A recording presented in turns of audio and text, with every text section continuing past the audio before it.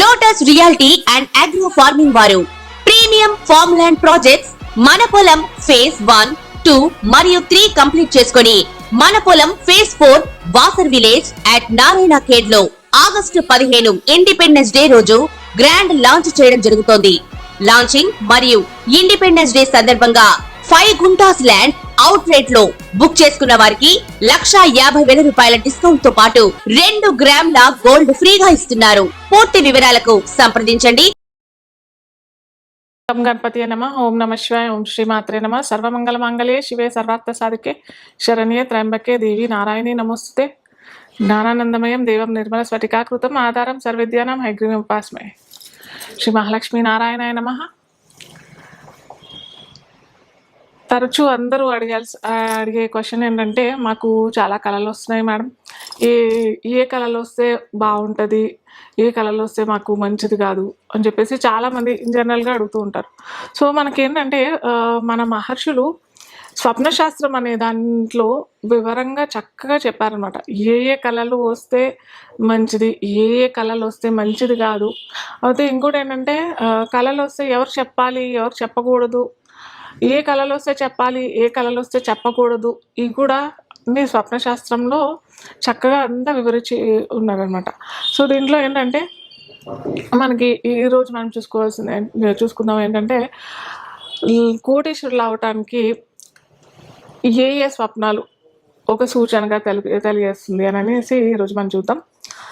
చెప్పా కదా, స్వప్నశాస్త్రంలో యాక్చువల్గా ఇన్ జనరల్గా ఒక్కోసారి మనం అలా కూర్చొని పడుకుంటాం, ఏదో టీవీ చూస్తుంటానో లేకపోతే మనకి ఏదైనా బోర్ టాపిక్ ఏదైనా చదువుతున్నప్పుడు కూడా పడుకుంటాం. ఒక్కోసారి అప్పుడు కూడా కళలు వస్తాయి. సో ఇవన్నీ కళలు నిజమవుతాయా అంటే కాదు, ఇవన్నీ కళలు నిజం అవ్వవు. కేవలం మనకి రాత్రి పూట పడుకున్నప్పుడు, అది కూడా 2వ జాము 3వ జాము నుంచి వచ్చే ఆ సమయం చాలా ఇంపార్టెంట్. ఆ సమయం ఏంటంటే మొత్తం బ్రహ్మాండం ఒక నిద్రావస్థలో ఉన్న మనుషుల్ని జాగ్రత్తం చేసే టైం అనమాట. అంటే మన సబ్కాన్షియస్ మైండ్ అంటాం కదా, ఆ టైంలో సబ్కాన్షియస్ మైండ్ చాలా యాక్టివ్గా ఉంటుంది. యాక్టివ్గా ఉండి మొత్తం బ్రహ్మాండంలో ఏమవుతుందో, రేపు ఏం జరగబోతుందో కూడా మనకి స్వప్న రూపంలో మనకి కనిపించేస్తుంది అనమాట. సో ఆ టైంలో వచ్చే కళలు మనకి నిజమవుతాయి. సో ఏ కళలు వస్తే మనకి రేపు మనం కోటీశ్వరులు అవుతాం, లేదా మహాలక్ష్మీదేవి మన ఇంట్లో వేస్తుంది, లేదా వస్తుంది, తిరుగుతుంది అని చెప్పడానికి ఏంటంటే, మొట్టమొదట మనకి ఏనుగు కనిపించింది, కళలో మనకి ఏనుగు కనిపించింది, లేదా మనం ఏనుగు మీద సవారీ చేస్తున్నాము అని అంటే ఖచ్చితంగా నీకు త్వరలో ఒక మంచి పోస్ట్లో కన్నా, లేకపోతే అంటే నువ్వు పోస్ట్లో అంటే ఏదో మామూలు ఒక క్లరికల్ పోస్ట్లో ఉన్నాము అని అంటే, ఒక మేనేజర్ పోస్ట్ దాకా వెళ్ళే ఆ సమయం ఆసన్నమైంది. అలాగే నీకు డబ్బు కూడా విపరీతంగా వచ్చే ఛాన్సెస్ ఉన్నాయి అని చెప్పడానికి ఒక సూచన. ఏనుగు మీద సవారీ చేస్తున్నాము, లేదా ఏనుగు కనిపించింది అని అంటే. అలాగే మనకి పాములు కూడా కనిపిస్తున్నాయి అని అంటే, పాములు కూడా ఏంటంటే మనకి నిధికి రక్షకులం అని అంటాం కదా.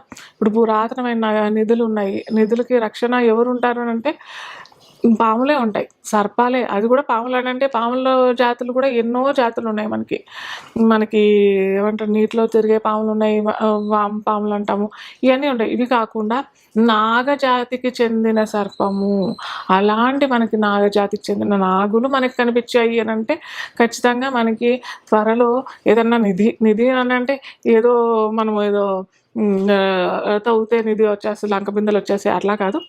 మన పూర్వీకులు లేదా ఎక్కడి నుంచో ఆస్తి రావటం, లేదా ఏదైనా మనం కొనుక్కున్న ల్యాండ్స్, ప్లాట్స్ అలాంటి వాటికి ఎక్కువ సడన్గా పెరిగిపోవడం, లేదా మనం ఏదైనా స్టాక్స్ కొనుక్కున్నాయి అవి సడన్గా పెరిగిపోవడం, అలాంటి విధమైన డబ్బులు వచ్చే అవకాశాలు మనకి పాములు, నాగజాతి, స్పెసిఫిక్గా నాగజాతులు, నాగులు మనకు కనిపించినాయి అనుకోండి కళలో.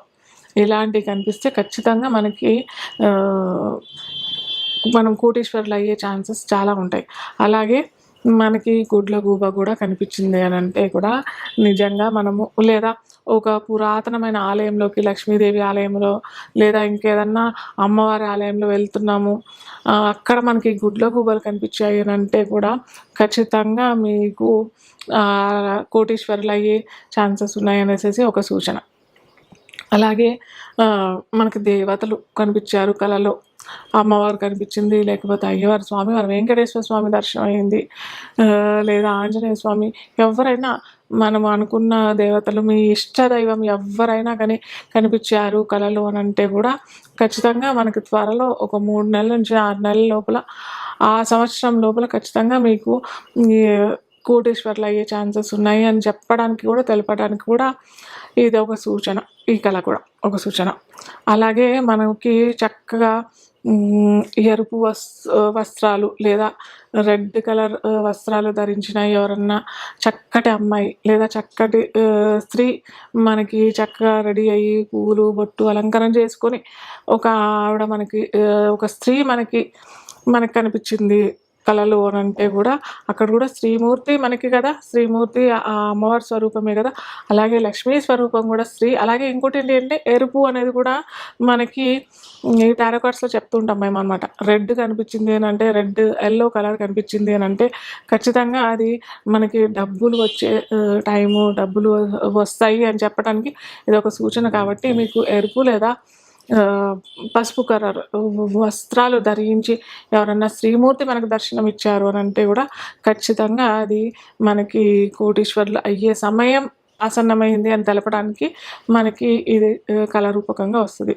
అలాగే బంగారం ధరించి మనం కూడా, మనమైనా లేకపోతే మన పిల్లలైనా ఎవరైనా బంగారం ధరించి బాగా బంగారం వేసుకున్నాం, గొలుసులు, చైన్లు, వడ్డానం ఇవన్నీ వేసుకొని మనం కనిపించాము అని అంటే కూడా అది కూడా ఒక సూచన. పట్టిందల్లా బంగారం అని అంటాం కదా.